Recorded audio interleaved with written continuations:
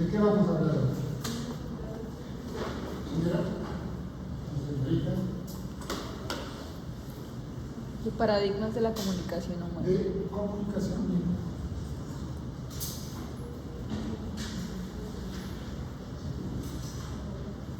No era difícil responder la palabra. Recuerden que nosotros estamos estudiando parecer.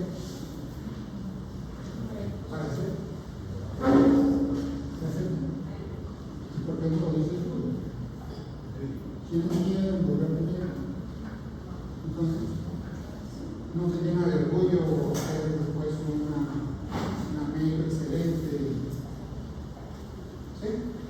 Entonces, solo díganlo con motivación. ¿Sí? ¿Y el médico qué tiene que ser? No entra. Así es de en general. ¿Qué tiene que ser el médico? Señor. Ético. ¿Qué más? Responsable. Capaz. Responsable otra vez. ¿Está bien? ¿Qué más? ¿Qué más tiene que ser el médico? Íntegros. Asertivos, Empáticos, asertivos. Pero ¿qué otra cosa que es fundamental en el médico?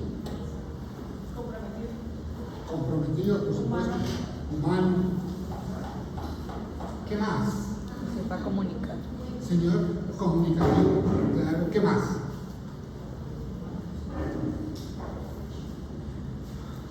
Tiene relación lo que yo les estoy preguntando con la pregunta que les dice de qué vamos a hablar hoy.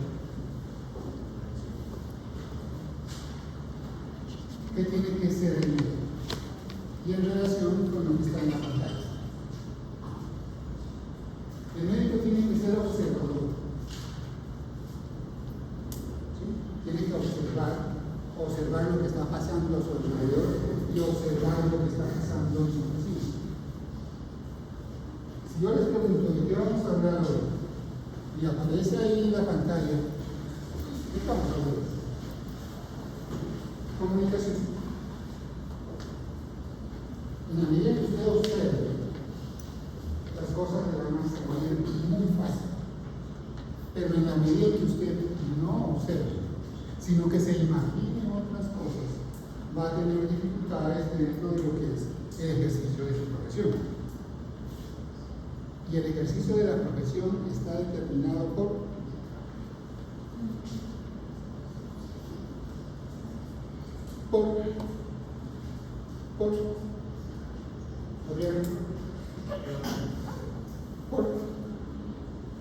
exacto, tú sabes.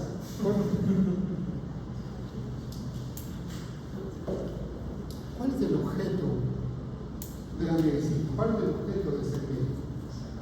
Voy a ver esto. Sí, la interacción entre. Exactamente, de la relación con el paciente. El objeto de nuestro estudio como médicos es el paciente. Y para poder analizarlo, para poder saber que hay un paciente, tenemos que establecer una relación entre el paciente donde no se establece una relación, y esa relación es de carácter comunicativo. Tenemos que comunicarnos entre los unos y los otros. ¿Hasta ahí claro las cosas? ¿O hay preguntas o hay cuestionamientos? Miren, entonces,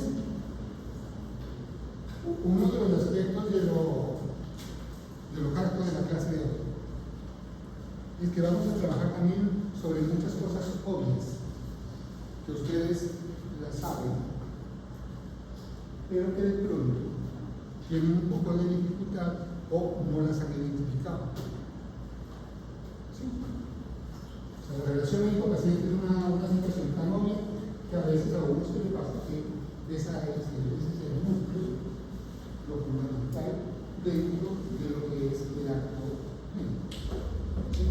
Y, por supuesto, lo que puede decir la empatía, eso es un elemento importantísimo para que ese acto médico se pueda dar de buena manera y que no tengamos dificultades con el paciente y que tampoco tengamos dificultades con los pacientes. Entonces de eso vamos a trabajar hoy. Vamos a procurar aclarar algunas cositas sobre ese punto. Y para poder entender lo de la comunicación, vamos a tomar una teoría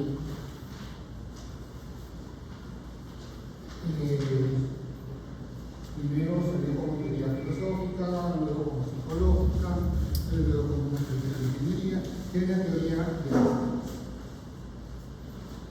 ¿Alguien me quiere hacer el favor de recordar qué señala la teoría de sistemas?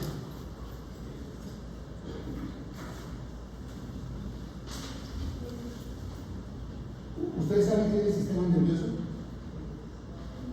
¿Sí o no? Simplemente. ¿Han escuchado hablar del sistema nervioso? Sí. ¿Saben cómo está constituido el sistema nervioso? Sí, perfecto. ¿Y el sistema respiratorio? También. ¿Y el sistema urinario? También. Entonces, como saben tantos sistemas, ¿qué es un sistema? Un conjunto de elementos. Por ejemplo, estas sillas son un conjunto de elementos. Esto es un sistema. Un conjunto de elementos relacionados entre sí. Hay una relación entre esta silla está delante de esta atrás de esta y delante de esta otra, esta está delante de etc. O sea, hay una relación espacial. Ese es un sistema. ¿Qué dice la ciudad? Ya se le combinó el cerebro de sobre el sistema. Y lo que dice la Biblia. ¿Qué es un sistema? Es un conjunto de elementos, ¿de acuerdo? Y estamos de acuerdo. Pero ¿qué más? Que están interrelacionados.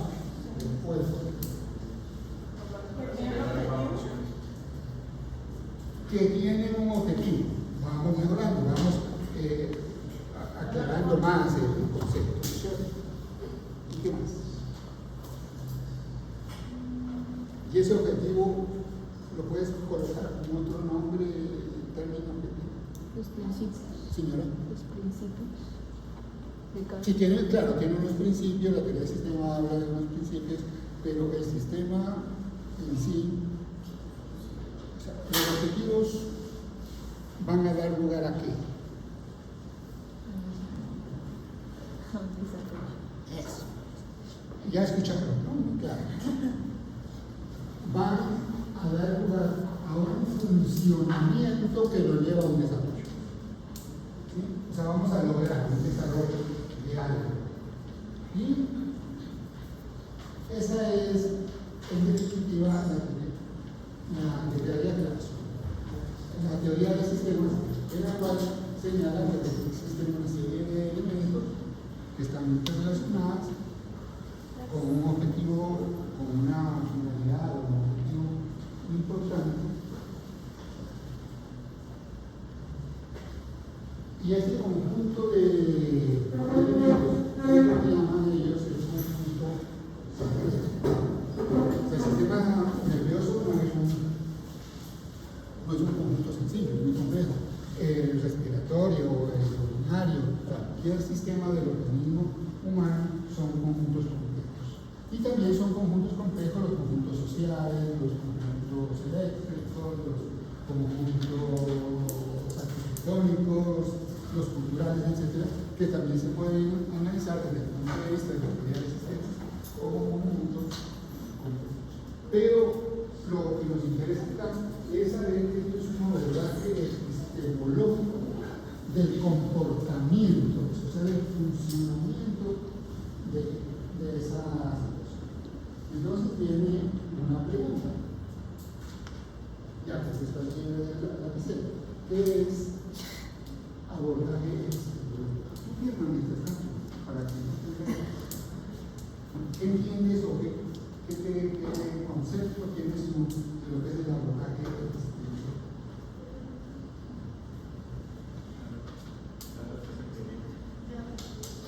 Abordaje epistemológico.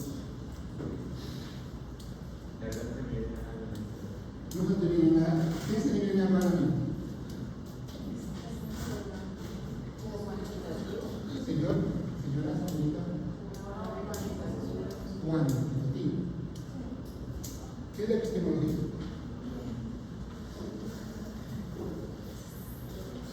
Señor, ¿quién me está levantando la mano? ¿Eduardo? Eduardo, ¿qué es la epistemología? Venga Eduardo acá y nos cuenta qué es la epistemología. ¿Por qué se crean las cosas, no? ¿Por qué? ¿Por qué se crearon las cosas? No. Es el conocimiento. Es la teoría correcta que nos lleva a conocer. La epistemología es el conocer. Simplemente. Mire, es que a veces nosotros encontramos una serie de términos que no queremos, que a veces empezamos a resbalar y no entendemos qué es el concepto de esa palabrita. Y entonces, la teoría de sistemas no se reduce a describir el comportamiento, sino a conocerlo, a estudiar. O sea, ¿por qué existe ese comportamiento?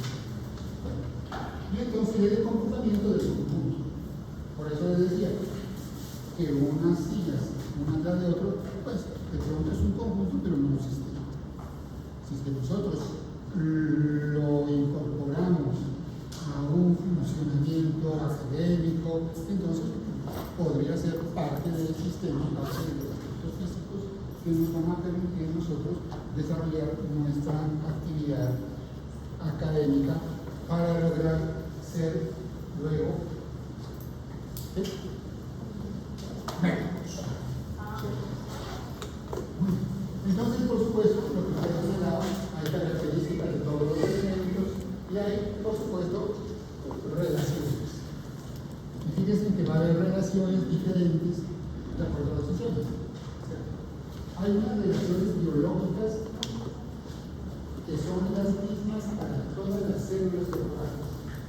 Pero hay relaciones específicas si las células son hepáticas, si las células son neuronas, si los tejidos son diferentes, entonces se van especializando este tipo de relaciones. Hasta ahí es claro la situación, ¿sí o no? ¿O hay preguntas?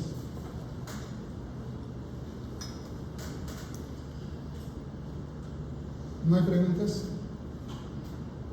El silencio es que no hay preguntas, o el silencio es que sí hay preguntas que no quiero hacerlas. Señor.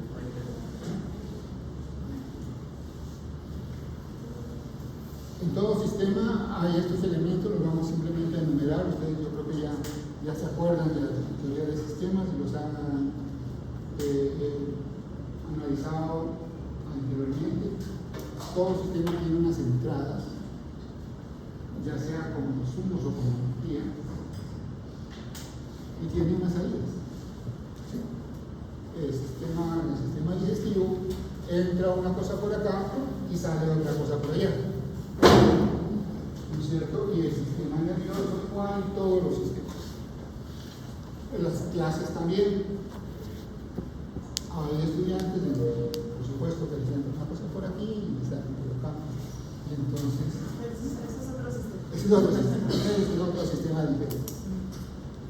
Tiene una salida y tiene lo que es muy importante, un procesador. O sea, se procesa. Si es que nosotros consideramos que esto es una información, la procesamos y sale otra cosa.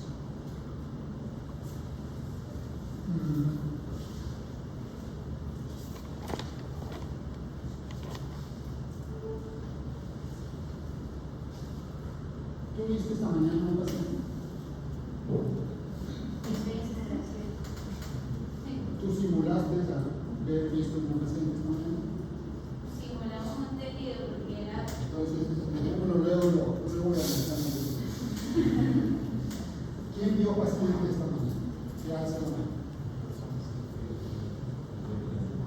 Nadie vio paciente esta mañana. No hubo paciente para nadie. Entonces, el día de ayer, ¿alguien vio un paciente ayer? Tampoco. Ayer fue el día miércoles. El día martes, ¿alguien vio un paciente el día martes?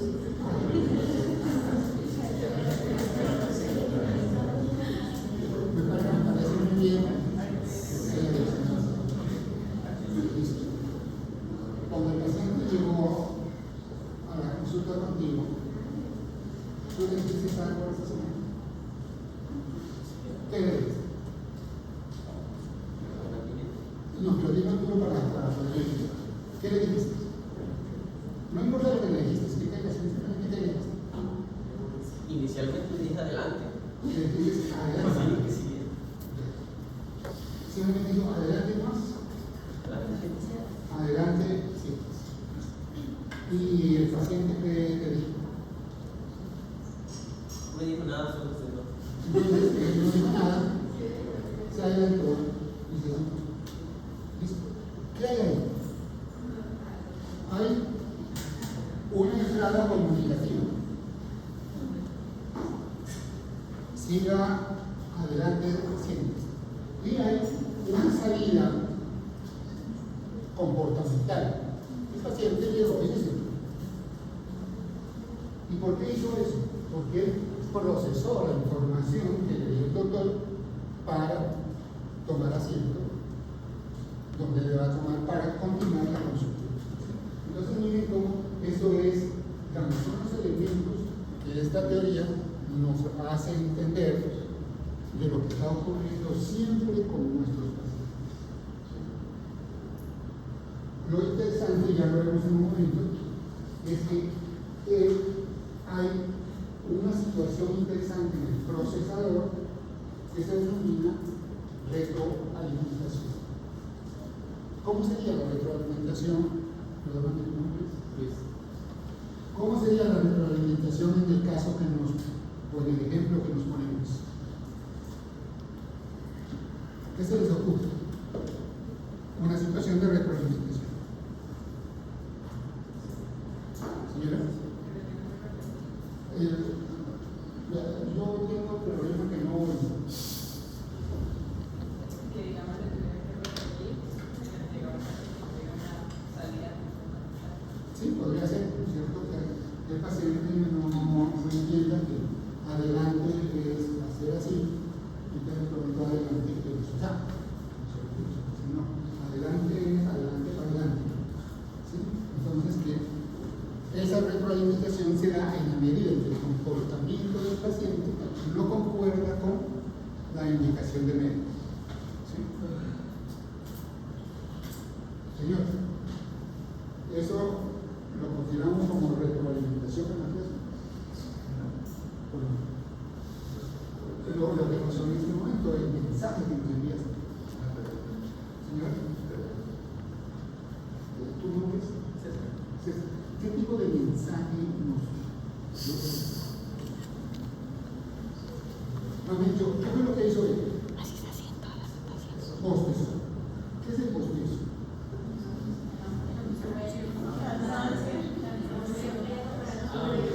O sea, mira, lo que ustedes están diciendo es lo que demuestra el bostezo.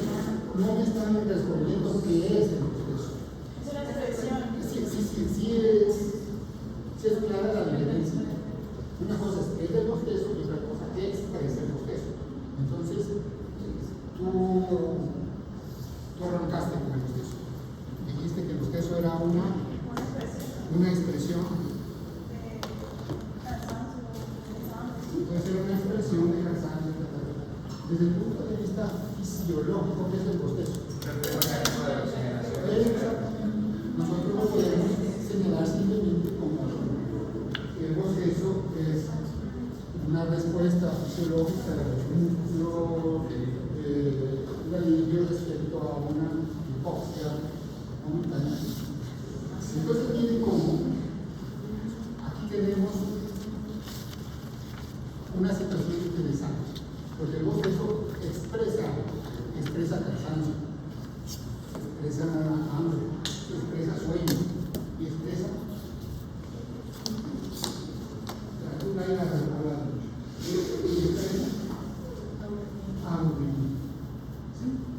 entonces existen expresiones humanas que nos pueden confundir, y en los pacientes se expresan cosas que nos pueden confundir, porque existen dos tipos de actos, unos actos que se llaman actos humanos y otros actos que se llaman actos homínicos. El acto homini es el que se produce de manera fisiológica sin una intencionalidad comunicativa directa, que puede ser, por ejemplo, el bostezo o el cansancio,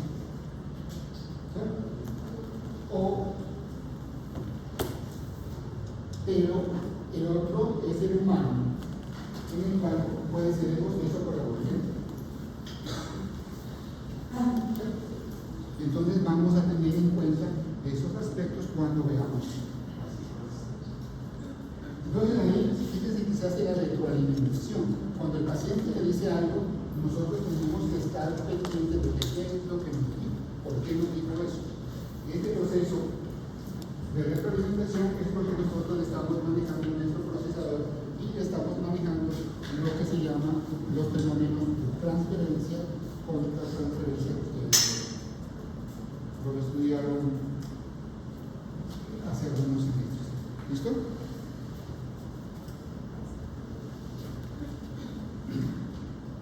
¿Comentarios? Por supuesto que dentro de esta teoría pues, se tiene en cuenta el medio ambiente del contexto, ¿no? El contexto en el cual ocurre el fenómeno. Muy bien. ¿Ustedes se acuerdan de que había varios tipos de sistemas? Los sistemas abiertos, los sistemas cerrados y los otros sistemas que son los intermedios, los semiabiertos, los semicerrados. Desde el punto de vista biológico y en el funcionamiento humano, en el ser humano individual y social, realmente no existen sistemas cerrados, todos son abiertos. Hay un par de autores que hablan de unos sistemas cerrados a nivel neuronal, cuando hablan de intercambio iónico y un poco de cosas así, que realmente pues, necesitan de energía externa y eso los hace que sean abiertos. Entonces hay estas interacciones en los sistemas y encontramos estas características de nuestro sistema. Uno, que son sistemas que trabajan a nivel de una totalidad para lograr la estabilidad. En el campo de la salud mental y en el campo de los aspectos psicológicos del sujeto, la identidad del sujeto. Todos estos sistemas tienen una finalidad única, que es lo que denomina la equifinalidad, y lo que habíamos visto hace un momento, o lo que habíamos señalado en inicio, es los aspectos del desarrollo, o sea, la evolución. Y la retroalimentación, que la acabamos de señalar, como una retroalimentación cibernética. ¿Qué es eso de cibernética? ¿Qué es cibernética? Leila dice que quiere contarnos qué es. Hay lógica, ¿cierto? ¿Por qué las sociedades animan?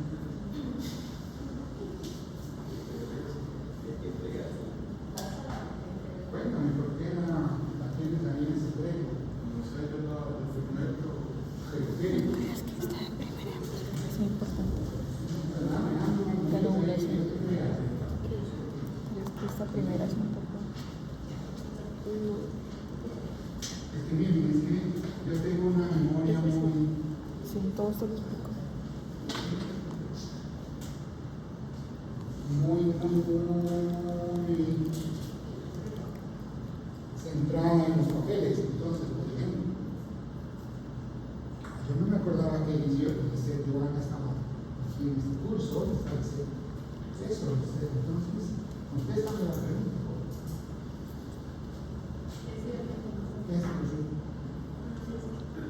Pues se asocia a lo que viene siendo redes sociales, ¿Qué? ¿Asociado a qué? a redes sociales, internet. Sí, sí está asociado a redes. Pero No solamente redes sociales.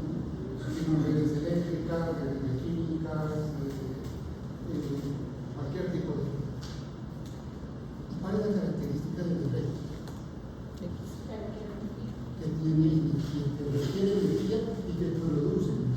Por lo tanto, esa energía es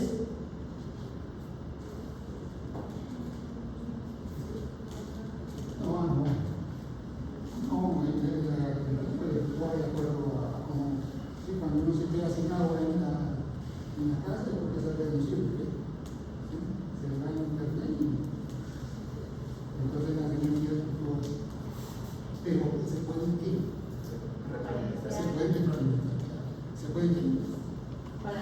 Se pueden balancear. ¿Y qué más se puede? Mira, se pueden medir. Entonces lo interesante de la cibernética es que señala de que todos estos elementos del sistema pueden ser medibles de acuerdo al sistema y de acuerdo a la tecnología que nosotros tenemos para poder medir. Y si es que algo es medible, entonces desde el punto de vista de lo matemático, ¿qué significa? Que se puede estudiar. Que se puede estudiar.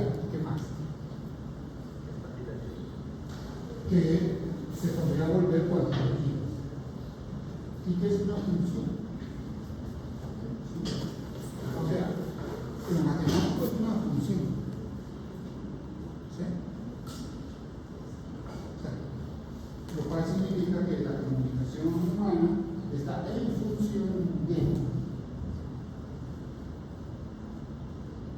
Sí, ese es el concepto de la ayuda de lo matemático, de lo cibernético, en relación con el pensamiento humano y con las funciones humanas. Muy bien. Entonces,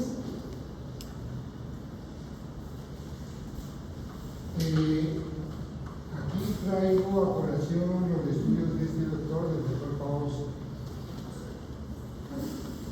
Wendlake, que habla tres aspectos de la comunicación. Uno, que la comunicación es producto de la relación. Nosotros todos somos humanos, nos estamos relacionando, nos estamos comunicando. Esa comunicación humana se produce dentro de un contexto. Y esa relación tiene una función que es lo pragmático, o sea que es útil. Sí, lo pragmático se refiere a la utilidad de lo que nosotros podemos hacer. O sea, cuando nosotros vamos manejando nuestra comunicación, es relación para buscar la relación médico-paciente, entonces tendríamos nosotros esta situación de lo pragmático.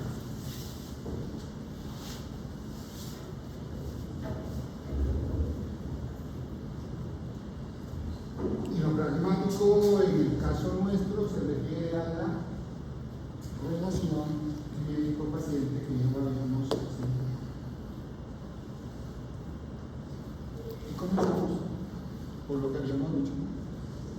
¿Cómo comienza la relación médico-paciente? ¿Cómo? Comunicación. Con la observación.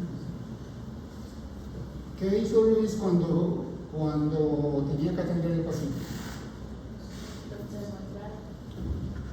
Él, antes de hacerlo entrar, observó que el paciente había llegado. Se dio cuenta que estaba allí y se dio cuenta que estaba fuera del consultorio. Entonces le digo, adelante.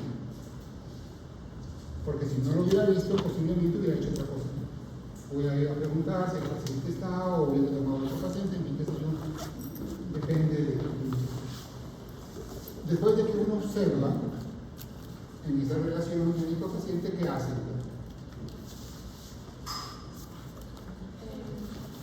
Lo invita a pasar. Sí, claro, ya está dentro y tal. Y luego que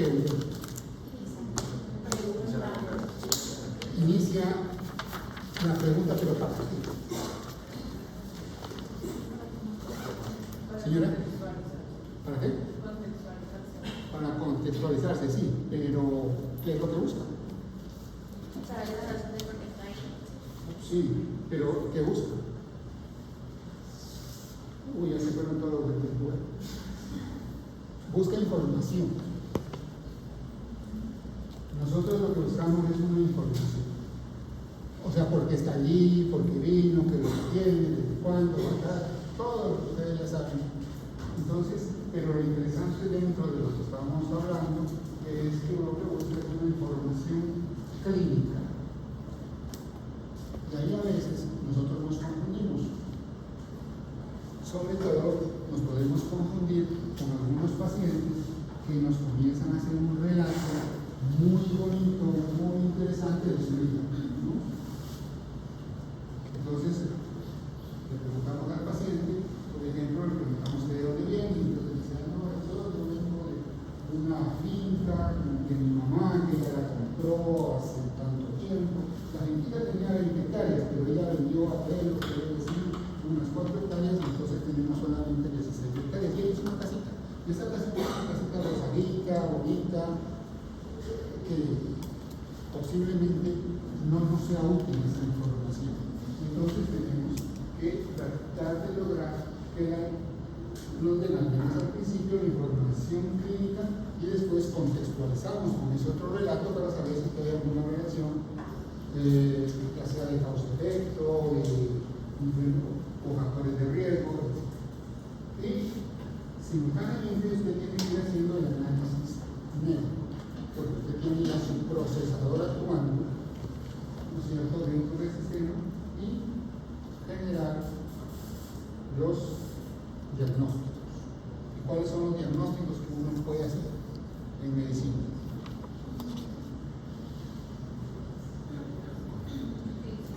Señora, dígalo por diagnósticos. Sí, dígalo. Físico. Diagnóstico mental, físico. Salud mental. Diagnóstico en salud mental.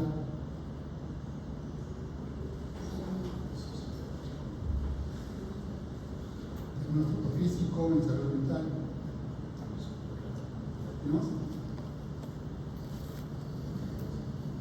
Dos tipos de diagnósticos físicos y en salud mental. Pero esa clasificación no es muy útil. Es cierto, pero no es útil. Tienen una clasificación que sea un poco más en general. Sí, diagnóstico clínico, diagnóstico etiológico, diagnóstico sintomático. Ese es más médico, ¿cierto? Usted puede hacer un diagnóstico clínico, ¿sí? Pero lo que tú dices como el etiológico y el sintomático son parte constitutiva del diagnóstico clínico. Pero además del diagnóstico clínico, tú tienes que saber si es que hay otros elementos, otro diagnóstico posible, ¿cierto? Entonces hacer el diagnóstico diferencial o hacer un diagnóstico de comorbilidad, básicamente. Y por supuesto, dentro de lo que es la parte clínica, que están incluidos tanto en lo de comorbilidad como en diferencial, son si esto es un síndrome, si es un diagnóstico sintomático, en algunos aspectos hacen el diagnóstico etiológico y en los aspectos de salud mental específicamente, ¿qué otros diagnósticos tenemos que hacer? Ya respecto a la psiquiatría. Entonces, aunque factores de riesgo también lo vemos en otras especialidades, pero por supuesto tenemos que hacerlo. ¿Qué otro diagnóstico tenemos que hacer en psiquiatría? Señora. Entonces podemos acudir a los entonces analizar la personalidad del paciente, la presencia de en cuanto a el diagnóstico médico, el diagnóstico psiquiátrico, el diagnóstico psicosocial, ¿no?, que es importantísimo en la salud mental, y los aspectos de funcionamiento global. Entonces hacemos estos diagnósticos y con este tipo de diagnósticos se realiza el plan. ¿Listo? Entonces, como no estamos trabajando sobre esos, lo dejamos allí, ese aspecto, para como retomar un poco lo que dice Wolfgang sobre la comunicación. ¿Cuál es la función de la comunicación?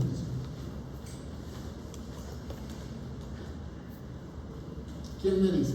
Adrián me dice. ¿Cuál es la función de la comunicación? Transmitir ideas. Transmitir ideas. ¿Sí? ¿Cuál es la función de la comunicación? Establecer una relación. Establecer una relación. Esa es la función. Miren que cuando uno se vuelve observador, las cosas salen más fáciles. ¿No? Es establecer una relación. Nosotros, cuando vemos un paciente, no vamos a transmitir ideas. ¿Sí? Nosotros no le preguntamos al paciente, ¿usted qué piensa de, ¿sí?, de tal patología? O decirle, yo tengo una idea sobre su patología. Entonces, no. Vamos a establecer una relación entre una persona que necesita ayuda porque está enfermo o porque se siente enfermo, porque puede estar enfermo, y de acuerdo a sus condiciones específicas, en función con lo que el paciente también considera que el médico conoce o debe conocer. Entonces siempre tenemos un emisor y un receptor.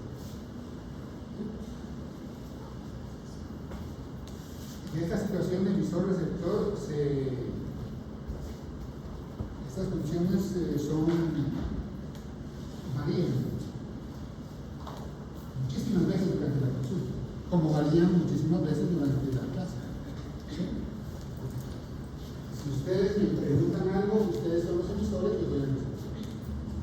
Si yo les comunico algo, el paciente nos dice que siente o que tiene tal problema, él es el emisor y el receptor es el médico. El médico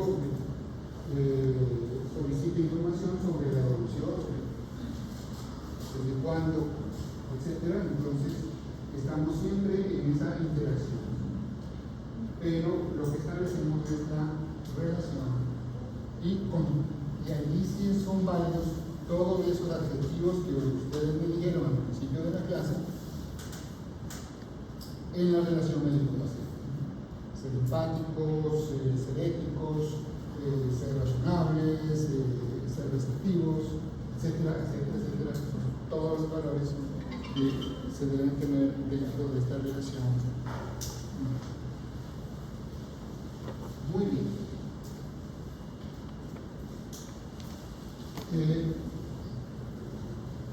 Paul Freud habla de que la comunicación tiene dimensiones. Una de las dimensiones sintácticas. ¿A qué se refiere la dimensión sintáctica? ¿Qué es la sintaxis? Se referencia a la simbología que se usa en la comunicación. ¿La psicología? Simbología. La simbología. Sí. O sea, se refiere a cómo está organizada la pregunta o el mensaje que nosotros le damos al paciente.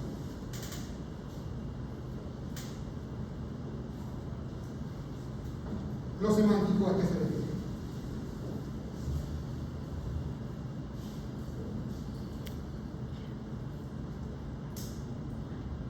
Lo semántico.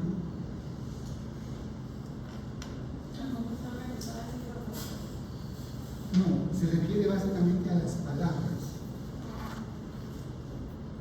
A las palabras que nosotros utilizamos para poder comunicarnos con el paciente. Y esos son esos aspectos semánticos, incluyen también algunos términos.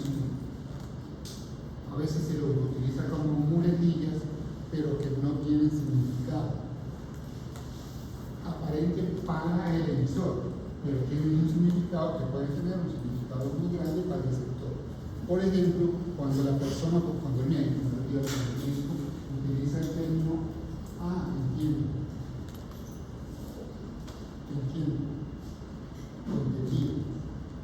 Entonces el paciente le dice, doctor, es que tengo una pena en el alma, entiendo. El paciente, ¿qué mensaje le llega? Que ya su sufrimiento está dentro del conocimiento del médico y por lo tanto no puede ayudar. Pero resulta que el médico es simplemente cierto, pero no simplemente como una muletilla sin significado. Entonces eso es interesante analizar dentro de los temas. Ahora, por supuesto, como ustedes que ya saben, psicopatología, nosotros en el discurso del paciente también estamos haciendo un análisis de lo sintáctico y de lo semántico, de tal manera de poder saber si es que esa comunicación es pragmática. Pero esas dimensiones comunicativas son válidas para cualquier paciente, no solamente para consultas ejecutivas, sino para cualquier paciente que esté en nivel. Porque todo paciente tiene una parte mental, todo paciente tiene un funcionamiento psicológico que está actuando durante la consulta. Está actuando porque el paciente está enfermo, está sufriendo, está necesitando de que alguien lo ayude. Hay unos conceptos interesantes. Ya hablamos sobre el concepto de la función, ¿no es cierto? Dentro de lo que es la cibernética, pues nos hace caer en cuenta de que cuando hablamos de esto está en función de, es que existe una relación entre variables porque hay una ecuación matemática allí que nosotros la podemos analizar. ¿Sí? Entonces, una depresión o un duelo. ¿Cuáles son las variables del duelo? La muerte del ser querido o del ser significativo. Y entonces, si la muerte de la persona es muy significativo, la relación matemática, digamos así, de esas variables es mucho más intensa y por lo tanto podría ser más importante. O si el paciente es una persona vulnerable, susceptible, etc. La relación que ya creo que la hemos comentado dentro de lo que es la integridad entre dos personas, la percepción, que según esta teoría habla sobre la captación de las relaciones. O sea, uno tiene que volverse metódico en percibir estas relaciones que existen entre el paciente y nosotros. La información que nos da a conocer el cambio de situaciones, los atributos. En los atributos es muy interesante que nosotros a veces como médicos cosificamos la percepción que tiene el paciente. El otro día con un grupo de los compañeros vimos una paciente que estaba hablando de sus preocupaciones y nos dijo, es que ustedes, refiriéndose a nosotros como médicos, ustedes ven las cosas muy bonitas. ¿Sí? Nosotros, entonces, yo como paciente veo las cosas de una manera, ustedes la ven de otra. ¿Sí? Ustedes ven una señora en embarazo, tengo un plato, chévere, tengo un hijo. Pero vaya a saber si es que esa señora que tuvo ese hijo es realmente satisfactorio de haber tenido ese muchachito. Son situaciones diferentes. Entonces, esa percepción de diferencias, tanto desde el punto de vista clínico como de lo social, social es fundamental porque estas diferencias pueden ser factores de riesgo. Y factores de riesgo, recordemos que los factores de riesgo son factores que uno los puede manejar. Y otro concepto interesante es el metacomunicación. La metacomunicación simplemente es una parte del funcionamiento comunicativo que permite aclarar un mensaje. Eso es todo. ¿Sí? Entonces, miren que a veces nosotros utilizamos términos un poquito desconocidos, pero para significar situaciones que no son nada raras.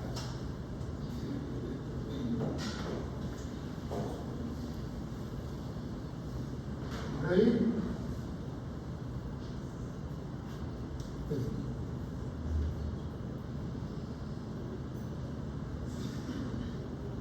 para valorar un paciente en psiquiatría, ¿qué es lo que nosotros utilizamos? ¿Qué herramienta utilizamos para... Señor, dígalo. ¿Tú hablas? ¿No? La entrevista. La entrevista es la herramienta que nosotros utilizamos en psiquiatría para explorar el paciente. Fíjense que el término entrevista tiene una connotación un poquito diferente en psiquiatría que el término común. La gente dice, voy a una entrevista de trabajo. Este trabajo no tiene nada que ver con entrevistas psiquiátricas. Pero así se denomina la entrevista. Entonces, ya habíamos hablado que lo primero es la observación. ¿Y qué observamos inicialmente? ¿Qué es lo primero que observamos? Entonces, cuando nosotros decimos que observamos, ¿qué estamos haciendo? ¿Qué lenguaje estamos utilizando? No verbal. Un lenguaje no verbal, pero que se comprende. Y entonces, observamos el porte y la actitud, y eso también es un lenguaje no verbal del paciente, que nosotros lo vamos a transformar en un lenguaje verbal. Allí comienzan ya nuestro actuar médico, observando, y luego habíamos generado la búsqueda de la información clínica. Esa búsqueda de la información clínica ya es de tipo verbal. Entonces aquí viene lo de la anamnesis. Y en la anamnesis lo que nosotros utilizamos es el lenguaje verbal, y allí tenemos que considerar lo que es la articulación de las palabras, la claridad, el tono de voz, la velocidad, la prosodia, la coherencia, la congruencia, todos los demás elementos que tienen que ver con el lenguaje. Dentro de eso es una pregunta, ¿qué es la prosodia?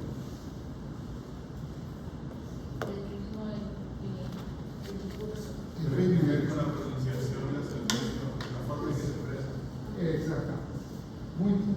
Entonces, esos aspectos que tenemos que considerar tanto en nosotros como en el paciente. ¿Sí? O sea, no es que vamos a analizar el lenguaje del paciente, sino que vamos a tener en cuenta cómo nosotros nos expresamos al paciente. ¿Qué mensaje le damos para que el paciente entienda lo que nosotros queremos saber, conocer? Y por supuesto, el lenguaje mímico, facial, corporal. Dentro de este lenguaje corporal de nosotros como médicos, hay una situación importante durante la consulta, que es cuál, respecto al lenguaje corporal del paciente. Sí, Leila, ayúdenme. ¿Cuál es?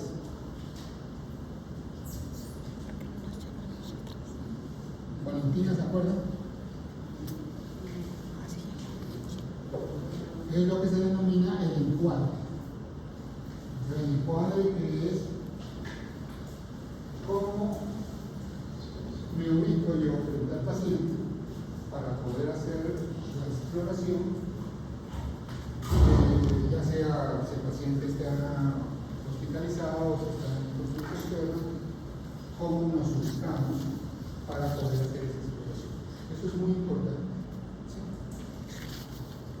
Porque si es que el paciente está en una cama y yo me pongo así como donde yo estaba hablando con la enfermera y estoy hablando con el paciente, posiblemente la actitud que el paciente va a ver en el médico es de diferencia, de rechazo o de que no está muy interesado en lo que esté haciendo, ¿no es cierto? Entonces, por eso es importante tratar con el lenguaje corporal. Por otro lado, lo que ya señalaron hace un momento ustedes es el respaldo afectivo del discurso. El respaldo afectivo del discurso, insisto, no solamente del paciente para ver si tiene o no tiene problemas afectivos, sino también del respaldo afectivo del discurso nuestro.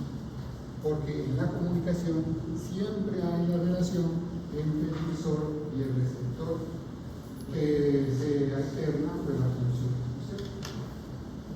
Bueno, los mensajes claros completos, pero habíamos señalado. Muy bien. Entonces, de allí, este autor, Bartasi, habla de unos axiomas frente a lo que es la comunicación funcional con lo que puede ser la comunicación disfuncional. Yo creo que con esto vamos ya a ir terminando la clase para que... Doctor, tengo una pregunta. Sí, por supuesto. En la diapositiva pasada, cuando hablaba de respaldo emocional, hace referencia a qué tan resonante es el afecto del paciente. Del paciente y del mismo. ¿Sí? ¿Qué tan resonante es él?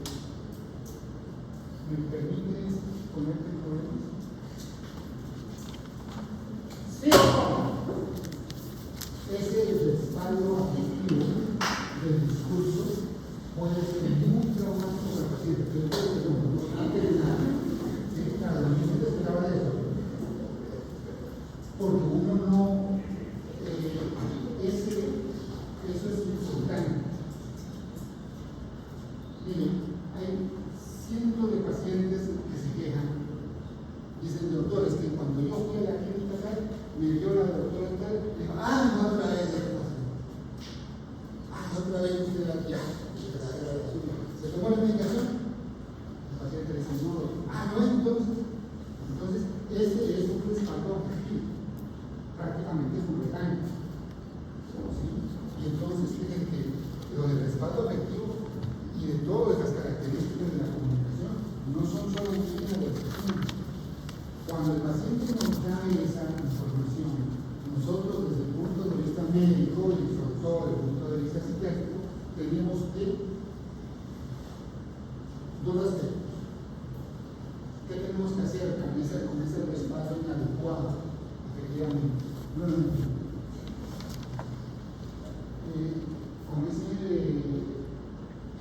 Con un respaldo inadecuado del paciente, nosotros qué tenemos que hacer como médicos y en psiquiatría con mayor razón. Hay dos cosas que son cuáles. Primero, comprender al paciente. Y segundo, tolerar. O si usted quiere ayudarse, primero tolerar y después comprender. Porque el paciente, por ejemplo, si es un paciente esquizofrénico o paciente con un retraso mental que está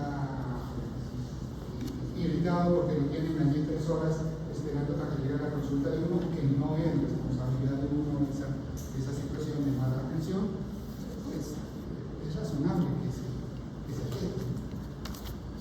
No solamente que tenga un problema mental, sino un paciente común y corriente. Fíjense, incluso hay cosas que son llamativas dentro de lo que son las normas que están establecidas, escritas, de la Comisión Nacional de Normas de Triaje. Ustedes ya leyeron las normas de triaje que ustedes están estudiando medicina legal. ¿Cuál es el tiempo de espera de una unidad inicial? Que un paciente en estado de urgencia vital tiene que ser atendido inmediatamente. Un paciente que no está en urgencia vital, pero que tiene un riesgo medianamente alto, tiene que ser atendido en los 30 minutos iniciales. Un paciente que no tiene esas características, que no está en ese tipo de riesgo, tiene que ser atendido en 2 horas. El paciente que no tiene ningún tipo de riesgo, que tenga permiso, sí, que debe ser atendido, digamos que en un momento en que no hay posibilidades de consulta externa sin una atención prioritaria, que puede ser atendido hasta en las primeras 6 horas. Entonces, imagínense que un paciente que vaya por un dolor, por cualquier cosa, y que hasta legalmente se le pueda, y no hay, digamos, en muchas ocasiones la secretaria o el mismo vigilante le dice, no, dentro de las primeras 6 horas se lo tiene. Eso genera inhibición.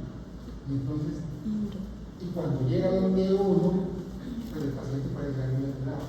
Entonces, esa situación hay que entenderla, comprenderla y manejar ese respaldo a y procurar cambiar. A veces dicen que procuremos cambiar, pero el problema es que nosotros no podemos hacer esos cambios. ¿Qué es un axioma? Hablando de axiomas, ¿quién sabe qué es un axioma? Un enlace. Sí, pero es un enlace de qué características.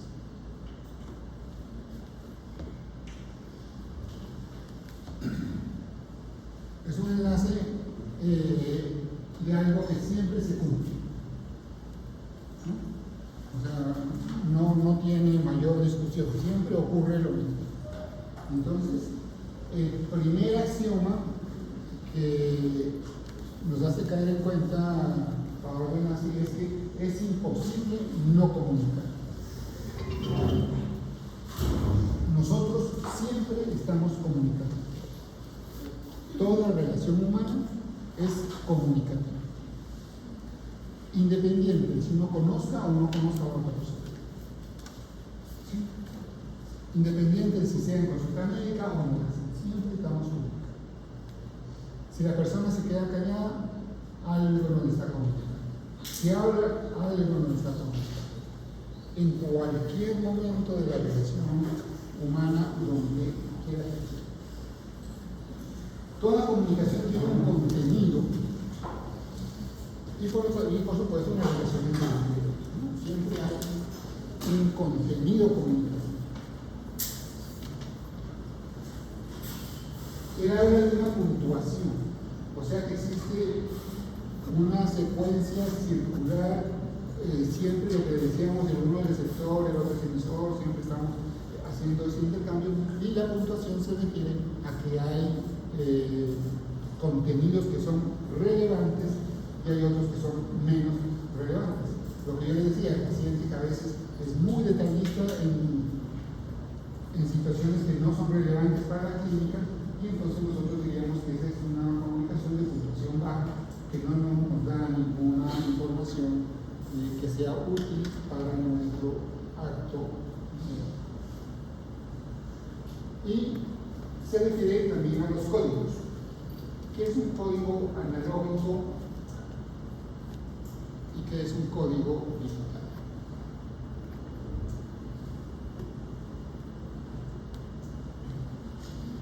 ¿Sí? Lo digital se refiere a que se utilizan palabras y lo analógico a que se utilizan señas. O sea, analógico sería como el lenguaje preverbal y el otro sería el lenguaje mayor. Y, por supuesto, la interacción, si es que la interacción es simétrica o no. La interacción es simétrica cuando se establece una relación de igual a igual. La complementaria cuando existe poder de acá y hay otra persona que está por abajo, ¿cierto? Nuestros vecinos, ¿no? Están en una relación complementaria tenaz. O sea, ya hay cosas que maduran y entonces es la cosa es violenta, ¿sí? La simétrica es la que nosotros siempre debemos procurar mantener con nuestros pacientes. De tal manera que uno no sea el que ordene, sino que da indicaciones, que da algún tipo de señalamiento en beneficio de los pacientes. Y esto ya lo habíamos señalado, la interpretación, la comprensión de lo que el paciente está señalando, ¿no es cierto?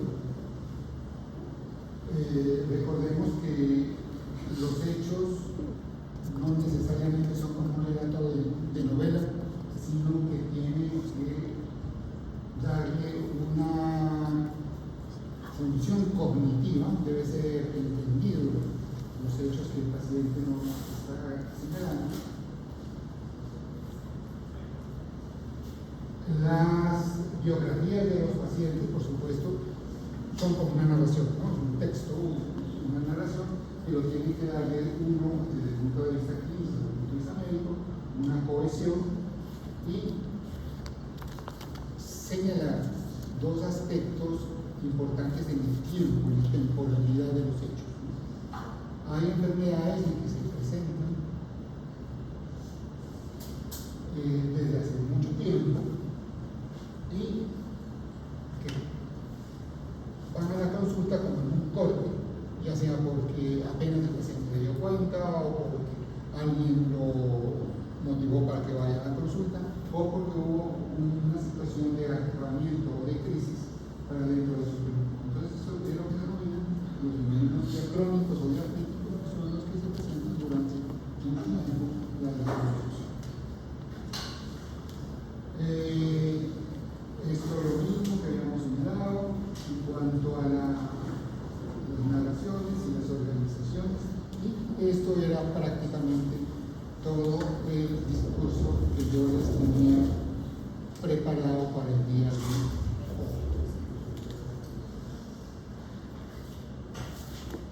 Entonces, escucho comentarios, preguntas.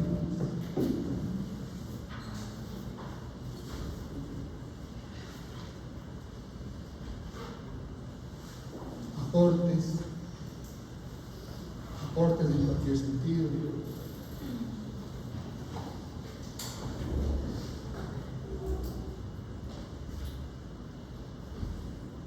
Quedó todo entendido.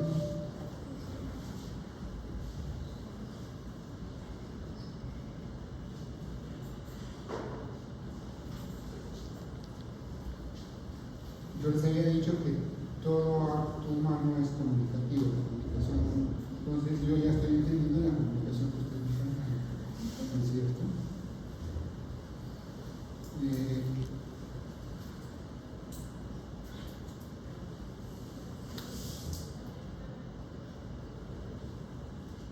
De acuerdo, eso sí. Ya los entendí. Bueno chicos, entonces si no tienen